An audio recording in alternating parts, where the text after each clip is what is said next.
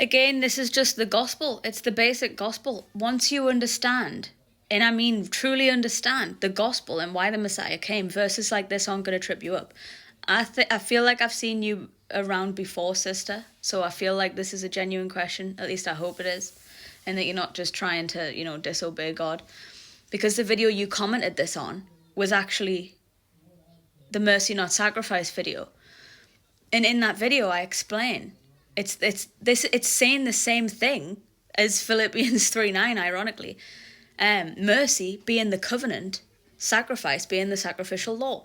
So Philippians 3:9, Romans 2, Luke 1:72, the whole gospel and prophecy of the Messiah in Deuteronomy 18, it's all about the refreshing of this holy covenant. The covenant that was made at Horeb. That is what the Messiah will teach. And the refreshed version of that covenant means the ending of the law that was added to that covenant because of transgression. So Galatians 3:19 is very much linked to what Paul's saying in Philippians 3. Because what's Paul saying here? So that he wishes to be found in him, in the Messiah. So abide in me and I will abide in you. So if you obey, he will give you the spirit of truth and sup with you. So obey what? The covenant that the Messiah was going to come and teach. We're no longer under the sacrificial law for righteousness. That's what Paul's saying. But you keep the 10 Commandments and then God will dwell with you. Because the righteousness of God is the covenant. You're not saved by your own righteousness of the works of the dead works of the sacrificial law. So there you go. Ephesians 2 even preaches the same gospel. Not surprising, because it's all saying the same thing. It's just in different ways. So in Ephesians 2, we're not saved by dead works, the dead works of sacrificial law, because the covenant is refreshed by the Messiah's blood. He became the sacrifice of sacrificial law. And he elevated the law, the law, and made it honorable. So let's keep reading here, actually, because I don't want to get off track. And be found in him, not having my own righteousness, which is of the law. That is the sacrificial law that was added to the righteousness of God, which was the covenant made at Horeb. Deuteronomy 18, the Messiah is going to teach the covenant, not the added law. That's all it's saying. But that which is through the faith of Yeshua, the righteousness which is of God by faith. Isaiah 42, prophecy of the Messiah. He's going to come and elevate the law and make it honorable. What was that? Loving God and loving your neighbor. Loving God means that you keep the commandments. That means God can dwell with you. Loving your neighbor means that you rebuke sin. You rebuke the sins of your neighbor. Whereas sacrificial law, the law that we're no longer under for righteousness, would say that you would have to stone each other for sin. That's no longer the righteousness of God. That's no longer the law. It never pleased God anyway. He prefers mercy, not sacrifice. But they, like men, transgressed the covenant. They transgressed the mercy, so the law had to be added. Law, remember, it means instruction. No longer, being no longer under the law doesn't mean you're no longer under instruction. You are under the good works. You are not under dead works. So it's just differentiating the two.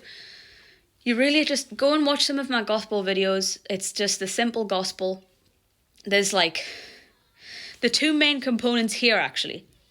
You've got the righteousness of God and the dead works of the law you're no longer under. Luke 1:72. He's going to come and perform the mercy. The mercy is him ending sacrificial law like he was promised to. The sacrificial law was in place until the seed, the Messiah. That's Galatians 3:19 again. So he's going to perform the mercy. That means his blood's going to hit the mercy seat and end that added law and refresh the covenant. And he's going to refresh the covenant made with the fathers. So in one verse, in Luke 1:72, you've got the gospel. Philippians 3:9 here, it's the same thing. Romans 2, the righteousness of God is now made manifest without the works of the law. Because now you just love God and neighbor, you keep and teach the commandments. That's the righteousness of God. That's what pleases him. That's the sacrifice of communication now and rebuke is what pleases him, not the sacrifice and stoning people for their sin. But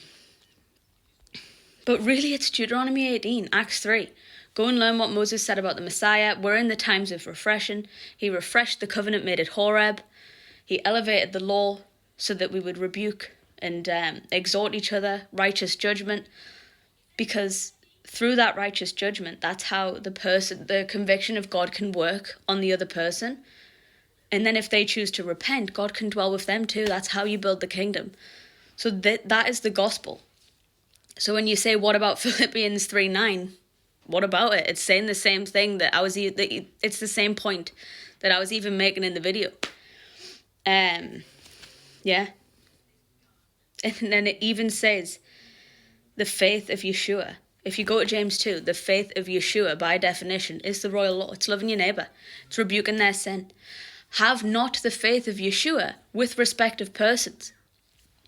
Fulfill the royal law without respect of persons. Love your neighbour in righteousness and in equity. Don't have respect of persons. The faith of Yeshua is knowing that he came to end sacrificial law and elevate the royal law. So, in order to fulfill the royal law and rebuke your neighbour's sin, you have to have taken the log out of your own eye.